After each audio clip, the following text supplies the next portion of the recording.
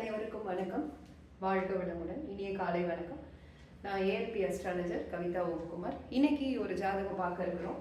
அந்த ஜாதகத்துல என்ன கேள்வினா, அவருக்கு ஜாதகர் ஒரு ஆண் ஜாதகர், அவருக்கு வேலை ரொம்ப அலைச்சலா இருக்கு. ஏன் வேலை இவ்வளோ அலைச்சலான வேலை ஏன் அப்படிங்கிறதுக்கான காரணத்தை ஃபர்ஸ்ட் ஆராய்ச்சி பண்ண போறோம். அதுக்கான மாற்றம் எப்போ இருக்கு அப்படிங்கிறதையும் சேர்த்தே பார்க்க போறோம் இன்னைக்கான ஜாதக ஆய்வுல. இப்போ இந்த ஜாதகருடைய லக்னம் கன்னி லக்னம், இந்த ஜாதகருக்கு கன்னி லக்னம் இப்போ போயிட்டு இருக்கு.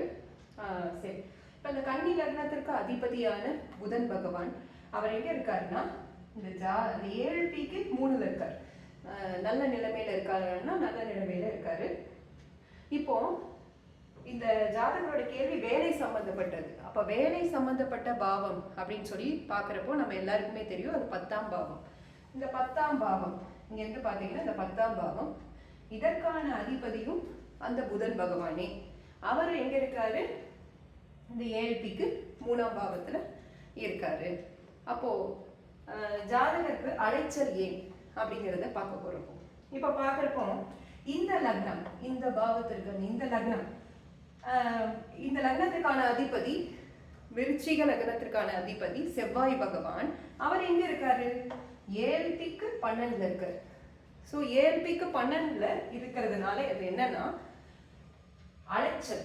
12னா என்ன, தூக்கம் சரியா இல்லாத ஒரு அலைச்சலா இருக்கிறது, மென்டலி டிஸ்டர்ப்டா இருக்கிறது. ஸோ அந்த மாதிரியான ஒர்க் பார்க்கறதுக்கான சூழ்நிலை எதற்கு இந்த ஜாதகருக்கு அமைஞ்சதுன்னா, இங்க இந்த லக்னத்துக்குரிய இந்த செவ்வாய் பகவான் இங்க 7Pக்கு 12ல இருக்கிறதுனால ஒரு அலைச்சலான வேலையாவே ஜாதகருக்கு இருந்துட்டு இருக்கு. அவர் உள்ளூர்ல தான் இருக்காரு, ஆனா ரொம்ப அலைஞ்சு தெரிஞ்சு வேலை பார்த்துட்டே இருக்காரு.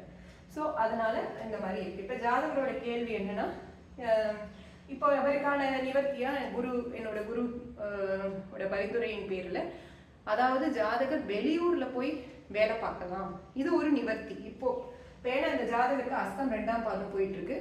அதற்கான அதிபதி சந்திர பகவானும் 12ல தான் இருக்காரு.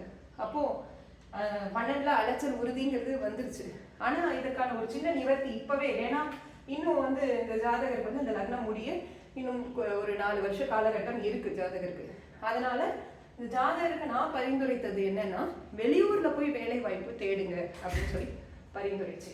சரி, இப்போ அது அதற்கான சூழ்நிலைகள் ஜாதகருக்கு சாதகமா இல்லை. அப்ப இங்க இருக்கிறப்ப இம்போர்ட் எக்ஸ்போர்ட் சம்பந்தமான தொழில் நீங்க பண்ணலாம் அப்படிங்கிற மாதிரியும் பரிந்துரை செய்யப்பட்டது. வெளிநாடு சம்பந்தப்பட்ட ஏற்றுமதி இறக்குமதி சம்பந்தப்பட்ட தொழில் பண்ணுங்க அப்படின்னு சொல்லி பரிந்துரைக்கப்பட்டது. இப்ப இந்த லக்னம் முடிஞ்சு எப்போ இதற்கான நிவர்த்தி காலம் அப்படி சொல்லி பாக்குறப்ப, இந்த லக்னம் முடிஞ்சு இந்த ஜாதகருக்கு இந்த லக்னம் வருதுன்னு வச்சுக்கோங்களேன். அதாவது நம்மளுடைய துலாம் லக்னம் வருது. துலாம் லக்னத்தோட அதிபதி சுக்கிர பகவான். இந்த துலாம் லக்னத்திற்கு இப்ப இந்த லக்னம் முடிஞ்சிருச்சுன்னு எடுத்துக்கலாம்.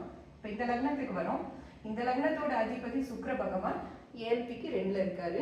இப்ப இங்க இருந்து 10ஆம் பாவம் நீங்க பாக்குறப்போ, இந்த 10ஆம் பாவம் வரப்ப இங்க கடகம், அதாவது இந்த லக்னம் நம்ம எடுத்துக்கிட்டோம்னா, இது முடிஞ்சிருச்சு, இதை எடுத்துக்கிட்டோம்னா இந்த 10ஆம் பாவத்தோட அதிபதி அதாவது கடகத்தோட அதிபதி சந்திர பகவான் எங்க இருக்காரு, இந்த லக்னத்துக்கு 11ல இருக்காரு. அப்ப நல்ல நிலைமையில இருக்காரு. அப்ப 10ஆம் தொழில் ஸ்தான அதிபதி 11ல இருக்காரு. அப்ப லாபகரமா இருக்கலாம், மகிழ்ச்சிகரமா இருக்கலாம் அப்படிங்கிற மாதிரியான சூழ்நிலை வருது. அப்ப இங்க இருக்கிற நிலைமை இந்த லக்னம் முடிஞ்சு இங்க மாறுறப்போ ஒரு மாற்றங்கள் வருதுன்னு புரியுது. அதே போல இந்த 11ஆம் பாவத்து அதிபதியும் லக்னத்திலேயே வர்றாரு, சூரிய பகவான் இங்க லக்னத்திலே இருக்காரு. ஸோ இதனால இதுல இருந்து இதுக்கு நிவர்த்தி எப்ப கிடைக்கும்னு சொல்லி பாக்குறப்போ, ஓவராலா பாக்குறப்போ இந்த லக்னம் மாறுறப்போ ஒரு சூழ்நிலைகள் மாற்றங்கள் இருக்கு. ஆனா இந்த லக்னத்துல இருக்கிறப்போ ஜாதகர் வெளியூர், வெளிமாநிலம், வெளிநாடு சம்பந்தமான வேலைகள் பார்க்க பரிந்துரைக்கப்பட்டது. அப்படி இல்லாட்டினா உள்ளூர்லேயே வெளிநாடு சம்பந்தமான தொழில்கள் பண்ண பரிந்துரைக்கப்பட்டது. ரொம்ப சிம்பிளா இங்க நம்ம எடுத்துக்கிட்ட கிரகம் பார்த்துக்கிட்டீங்கன்னா 1 2 3 4 5 இந்த 5 கிரகத்தை வச்சு இந்த பலன் அதாவது அந்த 5 கிரகம் கூட அடுத்த லக்னத்தை எடுத்துக்கிட்டதுனால, இல்லாட்டினா இதை விடவும் கம்மியான கிரகங்களை வைத்தே ஒரு துல்லியமான பலன்களை நம்ம சொல்றதுக்கு ஏஎல்பி ஜோதிடர்களாகிய நாங்கள் சொல்றதுக்கு முக்கியமான காரணம் என்னோட குரு திரு பொதுவுடை மூர்த்தி ஐயா அவர்களுக்கு இந்த நேரத்தில் என்னோட மனமார்ந்த நன்றியை தெரிவிச்சுட்டு என்னோட ஆய்வினை நான் நிறைவு செய்கிறேன். இந்த வீடியோ பார்க்குறவங்க சப்ஸ்கிரைப் பண்ணுங்க.